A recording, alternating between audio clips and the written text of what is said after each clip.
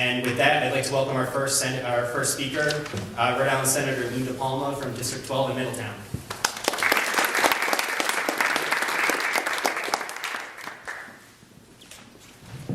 Michael, thank you very much. It's good to be here amongst, I think, many Brown students here. Brown?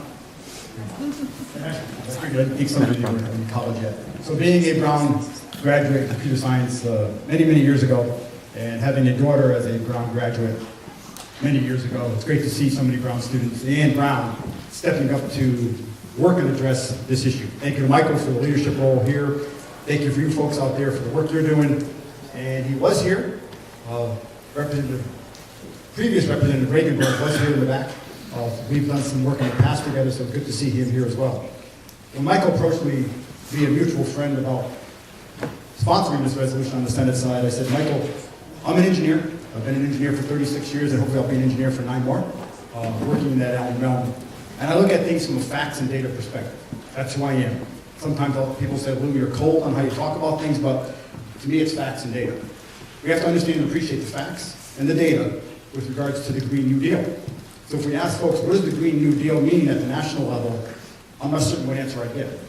So I said, Michael, the best way to do this is the work you folks will do, and hopefully this General Assembly, from the Senate and House perspective, will move forward with in the resolution. The work that the Rhode Island Green New Deal Research Council, spearheaded by the group, is not just that group doing work, as Michael indicated. This is going to be a large community gathering, a collaboration with many groups across the state, many organizations across the state, many individuals across the state, to understand and appreciate what is this new Green Deal that we're hearing about, and we've heard about now for maybe a month. I personally don't know what it is. I've been trying to read about it and understand what it is. I'm looking forward to the work that's going to happen from here. I am proud to sponsor. It will be introduced in the coming days. It's not introduced yet. I will work to get as many sponsors as possible.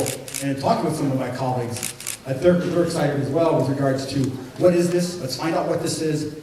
Let's find out what the pros and cons for what this means to Rhode Island and how Rhode Island can benefit from this. I'll go back to where I start. Facts and data. When we have facts and data, we can make objective-based decisions. When someone says, how'd you get to that decision? Well, these are the facts and data that I'm starting with. The last thing I'll leave you with is, so I like math. Geometry proofs are where I start. We have facts and we have data. Everything's built on top of that. It leads us to where we need to go. And then the work that the Rhode Island Green New Deal Research Council will do is going to allow us to make informed decisions. So Michael, thanks for the work. Thanks for approaching me about sponsoring this. Like I said, I have several sponsors already lined up for the Senate resolution, and I look forward to seeing the work that comes forward and what we can do as a General Assembly in promoting what needs to happen for the pros and cons for Rhode Island and how Rhode Island can benefit from it. So I'm glad to be here, and thank you folks for being here as well.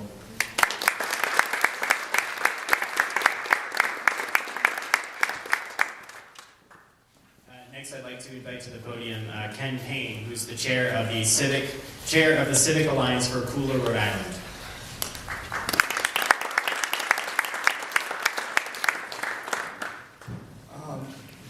It's an honor to be before you all, especially Senator DiPalma, with whom I've worked in the past and whom I hold in the highest regard. He is a bulldog, he is meticulous, he does follow the facts, and is willing to be aggressive and independent and a team player all at once. So a good man to have leading this analysis. I was very pleased to present the idea of this research council to the executive board of the Civic Alliance.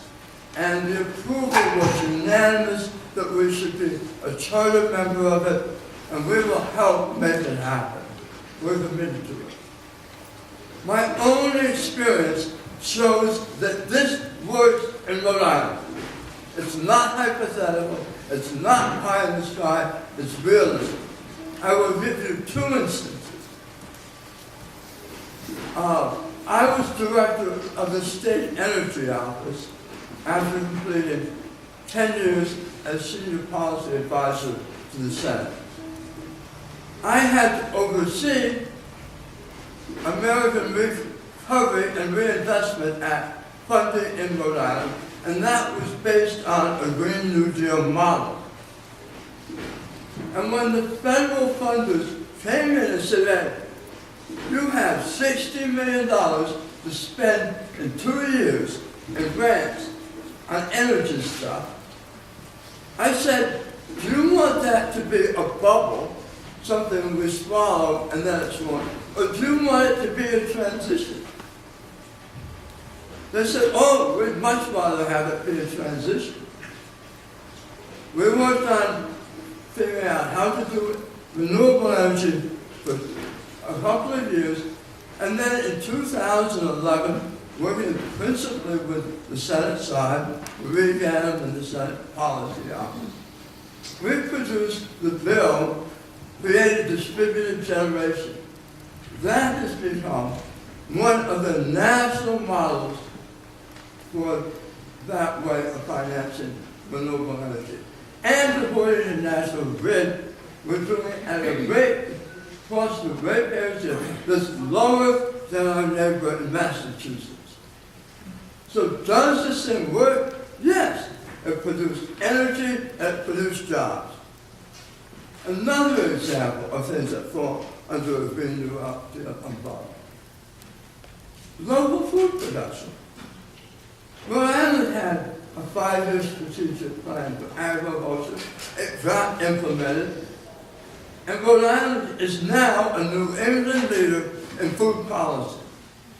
Vermont, with a huge dairy industry, is arguably #1, but we are clearly the second best in New England on addressing those issues. And we've made agriculture part of our state's economic development strategy.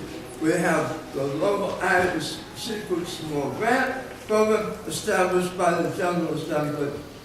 And we have really, fundamentally, in that, a set of Green New Deal ideas.